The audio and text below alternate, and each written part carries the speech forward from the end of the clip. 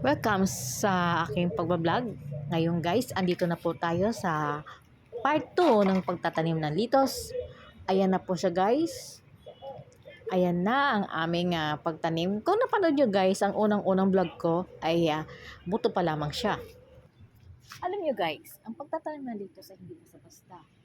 Para lang yan parang ano lang guys, parang tao din yan, kailangan ng mga shampoo, plus conditioner, para relax-relax. So, ang litos guys, kailangan din may solution E, solution B, at meron din kailangan silang vitamins. Kaya lumalakas sila. Kasi, kailangan din nila ng vitamins. So, ayan, malalaki na sila. Lalaki na sila. So, kailangan din talaga natin ng, ayan, iba, nauunahan tayo ng mga insekto. So, kailangan talaga natin ng support dito sa halaman para maging maganda ang kanilang dahon para hindi maunahan tayo ng insekto. So, kailangan din talaga ng vitamins. So, kailangan isprehan. So, hindi ganun kadali guys mag-alaga ng litos. So,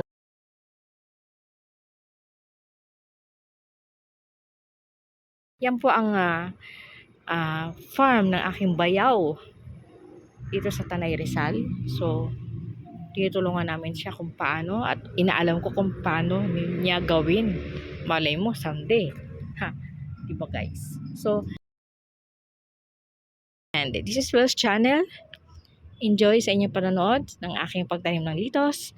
At subscribe nyo din po para update kayo sa aking mga YouTube channel, pagbablog, sa mga video. See you in part 3. May party pa tayo guys. So, let's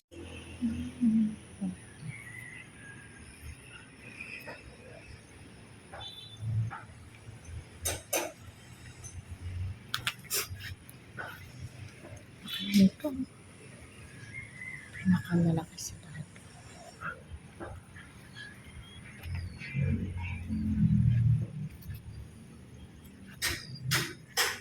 Ang nakataga nito. So guys, ayan.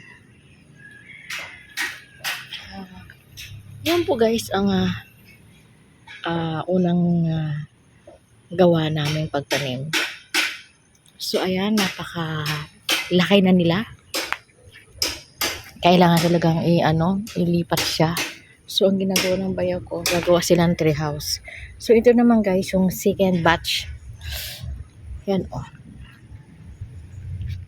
Yan ang second batch. Yan po guys.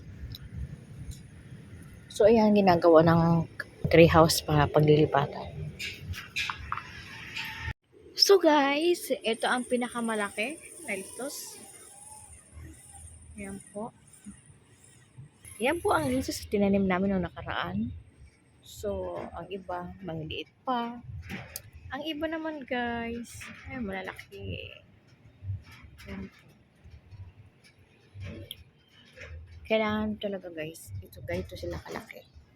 So, hindi sila pantay-pantay. Merong malaki, merong maliit. So, ito rin isa. Meron pa naman bagong tanim.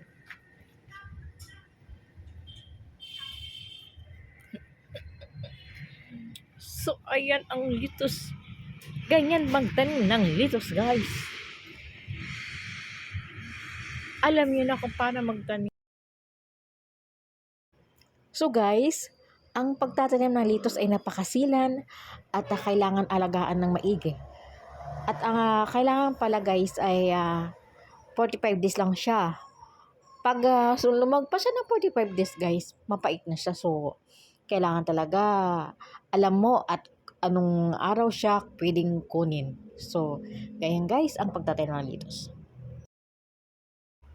So, sa mga mahilig sa mga salad dyan, mga vegetarian, kamatis lang yan at limon ay okay na ang litos. May kasabihan guys, ang masipag magtanim, may aanihin. So, ayan guys, may aanihin na kaming litos at ayan, pwede na namin ibenta at pwede na rin namin kainin yung iba. hindi na kami bibili sa iba. Saka, yan po guys, mamahaling gulay yan. Ini-import yan. So, ayan, malay nyo guys. So, thanks for watching and this is Belle's channel. Enjoy po sa pagtatanim ng litos. Bye-bye!